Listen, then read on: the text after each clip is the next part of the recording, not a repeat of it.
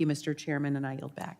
Thank you, Chair. Now recognize the gentleman from Louisiana, my partner in NG 911, Mr. Carter, for 5 minutes for your questions. Thank you, Mr. Chairman, and thank you for your leadership.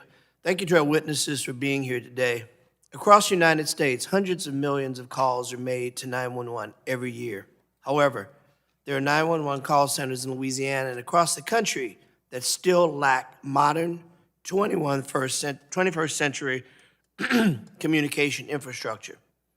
This can significantly delay emergency response times and put lives at risk. This is why I'm proud to co-lead this bipartisan legislation with Chairman Hudson to modernize our 911 systems infrastructure.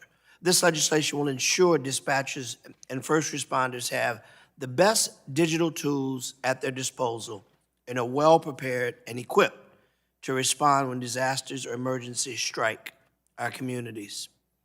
Captain Varnado, as you know, Louisiana has faced some of the nation's most devastating natural disasters, including hurricanes that stress our 911 system. How can improving our interoperability between emergency communications centers across parishes help ensure that first responders can coordinate effectively during these events and maintain reliable access to 911 for all Louisianians? Congressman, thank you so much for that, and thank you for the work that we've done in the past at the state legislature. But I can tell you, during hurricanes, especially the large hurricanes that we've had come ashore in the last 25 years, we have seen evacuations needing to occur, call volumes increasing on call centers in upper inland Louisiana, and right now, we don't have the ability to be able to transfer our 911 operations to a different center in the legacy network. We need that ability to be able to transfer that and get them out of harm's way for being able to be the resource during times of emergency. So a resilient, robust, and secure network is what we need to be able to function for our citizens. We don't take everybody out of the cone of damage. We're staying. A lot of pieces of this puzzle that people never see. Yes. The challenges that you undertake are grave, and we greatly appreciate the heroic acts that you and your men and women perform. Captain Varnado, as you know, my district includes both urban areas and smaller rural communities. Many of the rural and underserved areas in my district face unique challenges, including continued reliance on outdated 911 legacy systems. How would funding from proposals like Next Generation 911 Act improve and enhance emergency response capabilities in rural and underserved communities that might lack adequate communication infrastructure?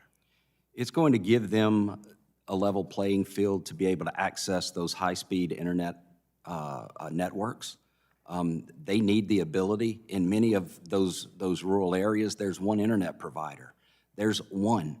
There's no resiliency there. That's why we're glad to see the satellite companies coming in to be able to, here in the near future, be able to do that. But we need to have resilient and redundant communication networks.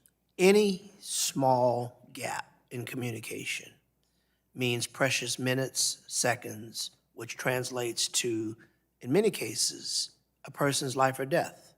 Yes. If a person has a stroke, a heart attack, in need of instruction, those precious seconds that a lack of state-of-the-art technology provides could mean the difference between life and death. Is that correct?